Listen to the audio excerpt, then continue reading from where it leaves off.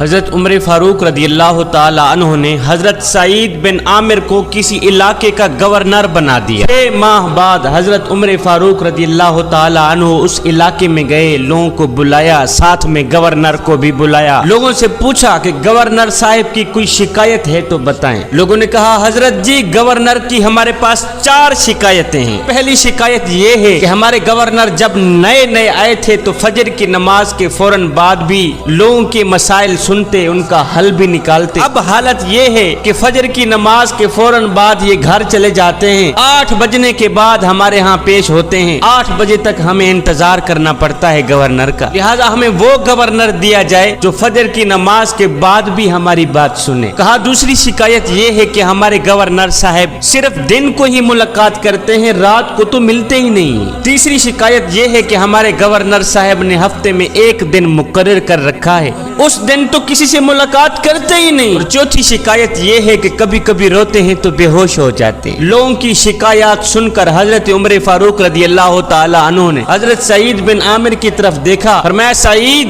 کیا یہ سچ ہے؟ تو عرض کی سرکار میں نے تو آپ کو پہلے ہی بتایا تھا کہ مجھے گورنر نہ بنائیں، اس لیے کہ میں اس چیز کے قابل بھی نہیں ہوں، میں غریب سا آدمی ہوں۔ لوگوں کی باتیں سننے کے لیے 8 بجے کیوں آتے ہو؟ فجر کی نماز کے فوراً بعد کیوں نہیں سنتے؟ کہا حضور اگر پردے نہ کھولے جاتے تو اچھا تھا، اب اگر آپ نے پوچھ ہی لیا ہے تو بتا دیتا۔ حضور دیر سے آنے کی وجہ اصل میں یہ ہے کہ میری بیوی بیمار ہے، ٹانگوں سے معذور ہے۔ حضور آپ کو پتا ہے میں غریب سا آدمی ہوں، میرے گھر میں کھانا پکانے والا کوئی نہیں، میں فجر کی نماز پڑھ کے گھر جاتا ہوں، جھاڑو دیتا ہوں، پھر ناشتہ تیار کرتا ہوں، خود بھی کھاتا ہوں، اپنے ہاتھوں سے اپنی شریک حیات کو بھی کھلاتا ہوں، بس حضور اسی لیے دیر ہو جاتی۔ کہا اچھا بتاؤ دن کو ملتے ہو رات کو کیوں نہیں ملتے؟ کہا حضور اس کی وجہ یہ ہے کہ دن میں ان لوگوں کے دکھڑے سنتا ہوں، رات کو عشاء کی نماز کے بعد مصلی پہ بیٹھ کے یہی دکھڑے اپنے کریم رب کو سناتا ہوں۔ آپ نے فرمایا اچھا بتاؤ ہفتے میں آپ نے 1 دن مقرر کر رکھا ہے، اس دن آپ ملتے کیوں نہیں؟ کہا حضور اصل میں میرے پاس ایک ہی جوڑا ہے، 7 دن اس جوڑے کو پہنتا ہوں، 8ویں دن اس کو دھوتا ہوں، جب تک وہ خشک نہیں ہوتے تو بیوی کے کپڑے پہن کر مجھے وہ دن گزارنا پڑتا ہے، بس اسی مجبوری کی وجہ سے باہر نہیں نکل پاتا۔ حضرت عمر فاروق کہنے لگے اچھا یہ بھی بتا دو کبھی کبھی روتے ہو تو بے ہوش ہو جاتے ہو، آخر کیوں؟ کہنے لگے حضور میری عمر 40 سال کی تھی جب میں نے کلمہ پڑھا تھا، 40 سال مجھ سے بڑے بڑے گناہ ہوئے، غلطیاں ہوئیں، حضور جب 40 سال کی وہ خطائیں مجھے یاد آتی ہیں تو خیال آتا ہے کہ کہیں قیامت کے دن اگر اللہ نے پوچھ ہی لیا، وہ غفلت میں گزرے 40 سال مجھے یاد آتے ہیں